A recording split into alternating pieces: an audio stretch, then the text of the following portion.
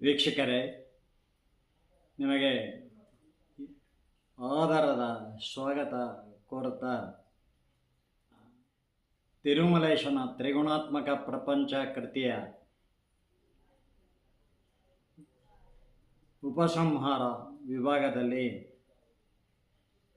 ತಿರುಮಲೇಶನ ತ್ರಿಗುಣಾತ್ಮಕ ತತ್ವ, ಒಳ್ಳೆಯದನ್ನೇ ಹೇಳಿ ಒಳ್ಳೆಯದನ್ನೇ ಕೊಡಿ,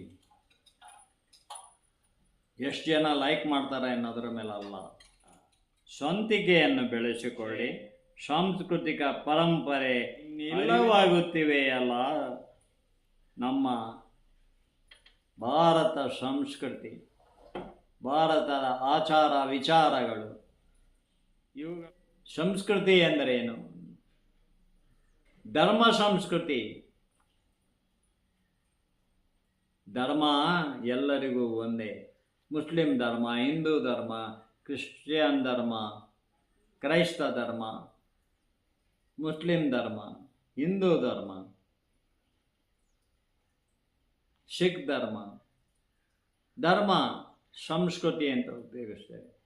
ಆದರೆ ಕೇಳಿದ ನೀತಿ ಕರ್ಮವಾದರೆ, ಮಾಡಿದ ಕೆಲಸ ಧರ್ಮವಾಗುತ್ತದೆ. ಅದನ್ನು ದೇವರು ಮೆಚ್ತಾನೆ.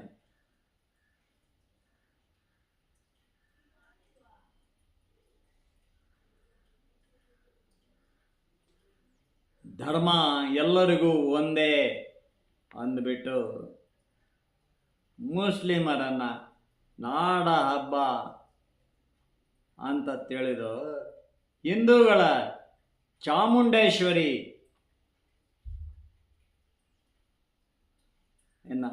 ಆನೆಯ ಮೇಲೆ ಮಂಟಪದಲ್ಲಿ ಚಾಮುಂಡೇಶ್ವರಿಯನ್ನು ಇಟ್ಟು, ಮೊದಲೇ ಮಹಾರಾಜರೇ ಅಲ್ಲಿ ಕುಳಿತುಕೊಳ್ತಾ ಇದ್ದರು. ಚಾಮುಂಡೇಶ್ವರಿ ಕನ್ನಡ ನಾಡಿನ ಭುವನೇಶ್ವರಿ ಅಲ್ಲ, ಚಾಮುಂಡೇಶ್ವರಿ. ಅದರ ಉದ್ಘಾಟನೆಗೆ ಯಾರು? ಮುಸ್ಲಿಂ ಮಹಿಳೆಯ. ಸರಿ, ನಮ್ಮ ಧರ್ಮಾಚರಣೆಯಂತೆ ನೀನು ನಡ್ಕೋಬೇಕಾಗ್ತದೆ. ಹಣೆಯಲ್ಲಿ ಕುಂಕುಮ ಇಡಬೇಕು, ಹೆಂಗಸಾಗಿ ಮುಡಿಗೆ ಹೂ ಮುಡಿಕೊಳ್ಳಬೇಕು ಅಲ್ವೇ? ಆಗ ಉದ್ಘಾಟನೆ ಮಾಡ್ಬೋದು. ನಮ್ಮ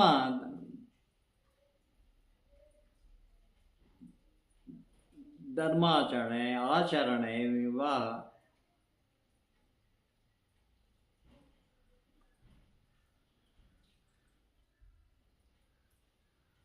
ಪೂಜಾ ವಿಧಾನಗಳು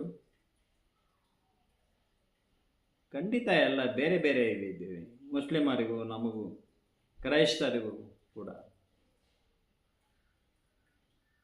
ನಮ್ಮ ಆಚಾರ ವಿಚಾರಗಳನ್ನು, ಸಂಪ್ರದಾಯವನ್ನು, ಅದನ್ನು ಗೌರವಿಸಬೇಕು. ಅದರಂತೆಯೇ ನೀವು ಮಾಡಬೇಕು. ಏನೋ ಒಬ್ಬ ನಿಸಾರ ಮಧ್ಯೆ ಒಂದು ಕುಂಕುಮ ಇಟ್ಬಿಟ್ರು, ನಮ್ಮ ಸನ್ಮಾನ್ಯ ಭೈರಪ್ಪನವರು ರಾಮ ಇಲ್ಲ ಕೃಷ್ಣ ಇಲ್ಲ ಅಂತ ಬರೆದಿದ್ದಾರೆ, ಪುರಾಣನ ಭಂಜಕ ಮಾಡಿ ಅವರಿಗೂ ಒಂದು ಕುಂಕುಮ ಹಿಂಗಿಟ್ಟರು ಭ್ರೂ ಮಧ್ಯೆ. ಸರಿ, ಬಾನು ಮಸ್ತಾಕ್ ಮಹಿಳೆ ಆಗಿದ್ದಾರೆ, ಅವರಿಗೆ ಇನ್ನೂ ಚೆನ್ನಾಗಿ ಇಡಬೇಕಾಗ್ತದೆ ಕುಂಕುಮ, ಮುಡಿಯಲ್ಲಿ ಹೂವು ಇಡಬೇಕಾಗ್ತದೆ. ಆನಂತರ ಅವರು ಉದ್ಘಾಟನೆ ಮಾಡಲಿ. ಆ ಉದ್ಘಾಟನೆ ಮಾಡುವಾಗ ನಮ್ಮ ಒಂದು ಚಾಮುಂಡೇಶ್ವರಿಗೆ ಅವರು ನಿಷ್ಠೆಯಿಂದ, ಆಗಮಶಾಸ್ತ್ರಗಳಲ್ಲಿ ಬ್ರಾಹ್ಮಣರು ಏನೋ ಮಾಡ್ತಾರೆ, ಪೂಜಾವಿಧಿಗಳು, ಸಂಸ್ಕಾರ, ಅಷ್ಟೊಂದು ಬೇಡ. ಕೈ ಮುಗಿದು ಆನಂತರ ಹೂಗಳನ್ನು ಹಾಕಬೇಕಾಗ್ತದೆ ಅಲ್ಲವೇ? ನಮ್ಮ ಆಚಾರ ವಿಚಾರಗಳು, ಆಗಮಶಾಸ್ತ್ರ, ಪೂಜಾವಿಧಿಗಳು, ಆಗಮಶಾಸ್ತ್ರ ಅಂದರೆ ಪೂಜಾ ಪುನಸ್ಕಾರದ ಕ್ರಮಗಳು, ಅವುಗಳೇ ಬದ್ಧತೆಯಿಂದ ಮಾಡಬೇಕಾಗ್ತದೆ ಅಲ್ವೇ? ಭುವನೇಶ್ವರಿಯ ರೂಪದಲ್ಲಿ ನಾವು ಕನ್ನಡ ನಾಡಿನ ದೇವತೆಯನ್ನು ನೋಡ್ತೀವಿ. ಭುವನೇಶ್ವರಿ ಅಲ್ಲ, ಚಾಮುಂಡೇಶ್ವರಿ. ರಾಜ ಮಹಾರಾಜರ ಮನೆತನದಿಂದ ಬಂದದ್ದು. ಹಿಂದೂಗಳ ದಸರಾ ಹಬ್ಬ ಅಂದರೆ ಹಿಂದೂಗಳ ಹಬ್ಬ. ನೀವು ದಸರಾ ಹಬ್ಬ ಮಾಡ್ತೀರಾ? ಮುಸ್ಲಿಮರು ಇಲ್ಲ, ನಾವು ಮಾಡ್ತೇವಲ್ಲ.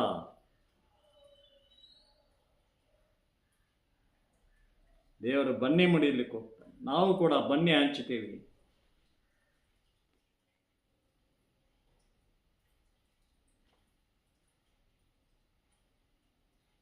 ಖಂಡಿತ ಬಾನು ಮಸ್ತಾಕ್ ಮಾಡಬಾರ್ದು.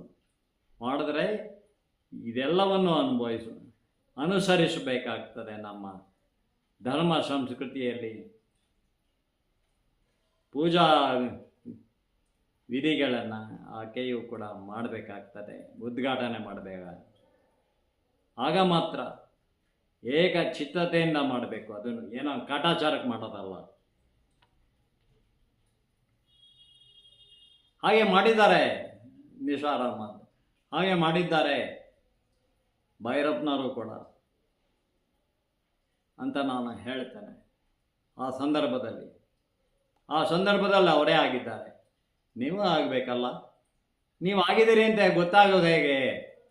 ಮುಸ್ಲಿಂ ಮಹಿಳೆ ಥರನೇ ಕಾಣ್ತೀರಾ, ಆಗ ನೀವು ಹಿಂದೂ ಮಹಿಳೆ ಥರ ಕಾಣಬೇಕು. ಆ ಕಳೆ ನಿಮ್ಮ ಮುಖದಲ್ಲಿ ಬರಬೇಕು ಅಂದರೆ ನೀವು ಕುಂಕುಮ ಹಚ್ಚಬೇಕು, ಹೂ ಮುಡ್ಕೊಳ್ಬೇಕು ಅಲ್ವೇ? ಪಾಂಡವರು